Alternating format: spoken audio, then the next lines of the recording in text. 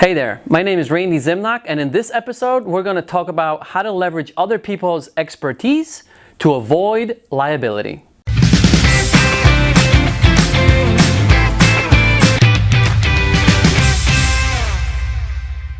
So investors often would actually come to myself as an agent and other agents with questions that sometimes will cross over the liability line. What I mean by this, let me give you an example. Just recently, we're working with one client here in San Diego, and a neighbor actually approached her, right, the seller, with a request for her to sign an easement for him on her property. So let me tell you what an easement is real quick. Easement is basically giving access to someone as part of your property. So most common way of an easement would be a neighbor has access to your driveway, right? That's an easement. Very common is a utility company has an easement to go onto your property for underground utilities, maybe they are there, right? So that's what an easement is. So in this situation, a neighbor went to our client and said, hey, can you sign this easement to give me an easement to a section of your property? So the client came to us and we're like, hey, can you review this and let me know, should I sign this? Well, and I was right there, that's where I told one of my team members that I'm working with on this particular property. I was like, hold on a second, we cannot advise on this situation, right? That will put us in liability as agents, right? There are certain things we can do, but when it comes to things out of our reach, out of our expertise, we cannot cross that line, right? Even if we know the answer, we as agents should not advise our clients or investors of their clients on what to do in those situations, right? We always want to rely on the experts. So in this particular situation, I said, okay, we need to have our client talk to an architect, right? Let them tell her what is she up against? What are the pros and cons of signing this? Because the neighbor made it sound like it's like, oh, this is nothing, it's no big deal, this actually will help you, this is not a big deal. Like, obviously played down what his request was, which is normal in that situation, but we as agents were in no position to interpret what that letter said, right? So we connected our client with an architect and they took over the conversation, right? Removed us from the liability. Whatever she decides to do, if she decides to sign it, great. We, as the agents, now have to know because we're selling the house. So now I just need to know, okay, did you agree to sign it?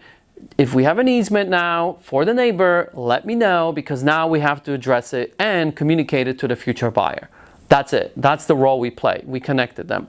So the point of, I think the biggest point of this is we have to be careful, right, with what we say and how much advice we give as agents because of liability.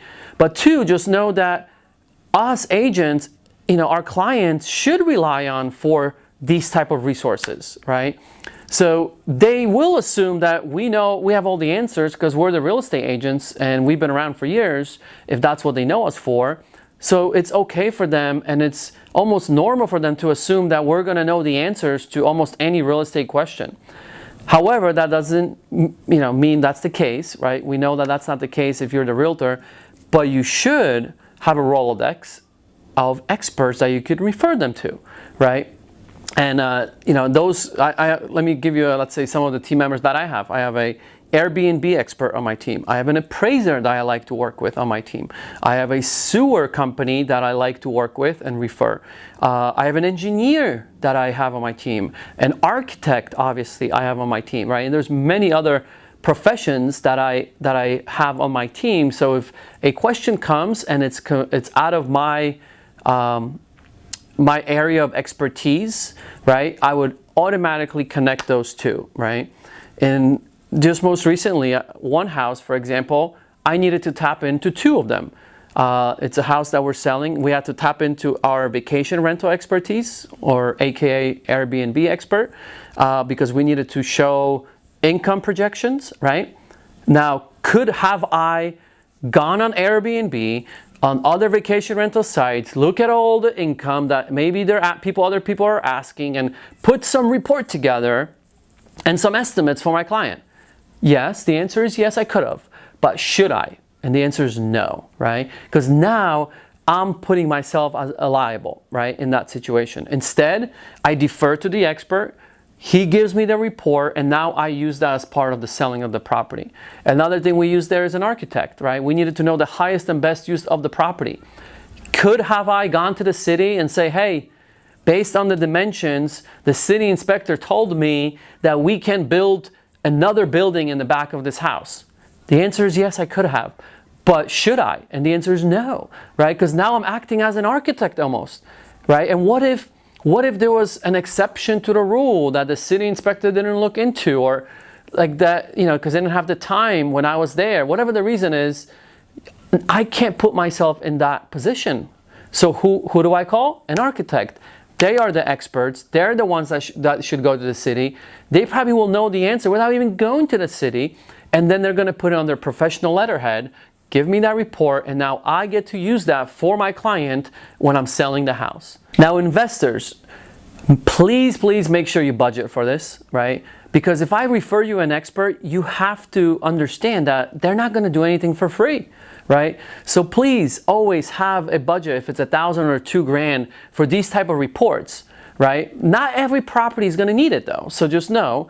But many cases you will need a sewer scope, you will need an architect, maybe an engineer to check on the foundation. So please budget for this, because I don't mind introducing you to the experts, but they will charge you a professional fee for their work.